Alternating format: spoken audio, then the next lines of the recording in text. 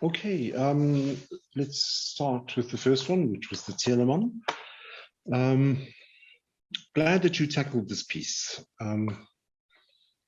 It's also one of those pieces which seems to be in an easy key, C major, on the recorder, but it's got a couple of little tricks, and you have to be careful not to take too fast a tempo so that you can get over the difficult passages with ease, and they don't sound difficult. Remember, mostly in the 18th century, the audience wasn't interested how difficult a piece was.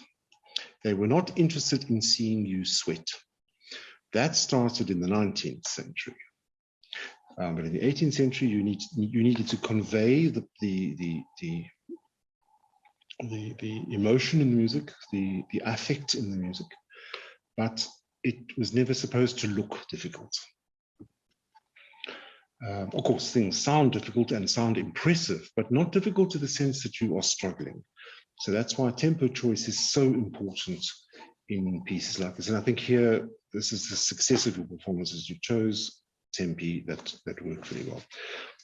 Grave is always a tricky tempo choice, because is it a tempo? The word doesn't imply tempo, it implies heaviness.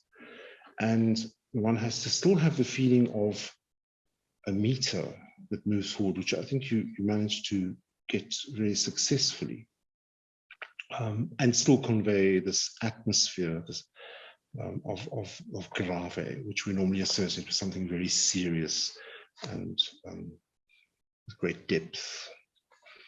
Just be careful, some places with those, when you have, it's a temptation to enjoy the G sharp alternate fingering with the A, that sometimes that G sharp can be a little bit flat. So just listen carefully. You know where the passages are.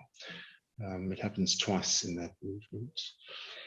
In the Vivace, again, it was a good tempo choice.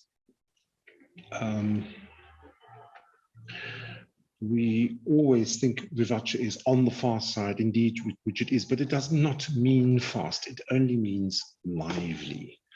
And the piece was lively enough, especially the way that it jumps around, the way that it does.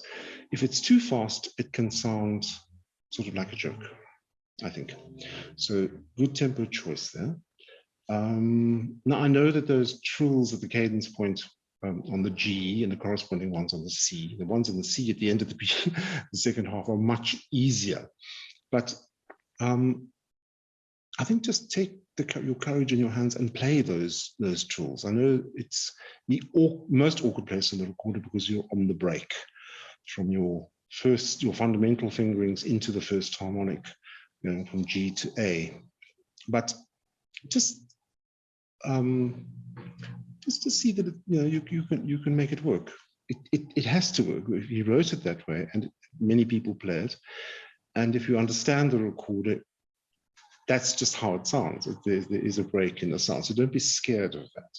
There's no reason not to play those things. But otherwise, I thought it was very well controlled. And again, that is what I really appreciate, is the preparation. Then a little Latin. Again, and you controlled everything rhythmically very, very well, especially, which is a test in this piece, it's in 2 beats in the bar, but then you have this large triplets coming in crotchets, and I felt that you coped with that incredibly well. There was no feeling that you accommodated the rhythm to something that you thought it should be. You played exactly what was there, and I think that's how it should sound. The trick is, of course, that you've got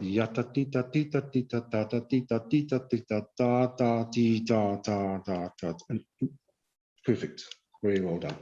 But if you look at the information that you're given at the beginning, it says easily. I mean, easily is not a, what is it?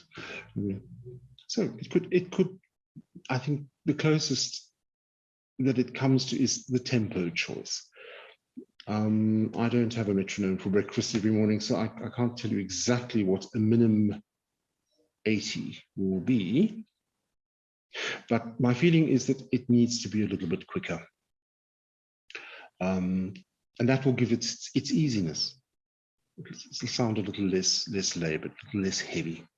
But otherwise, well prepared. And again, I look forward to hearing you sometime in the future again. Thank you very much.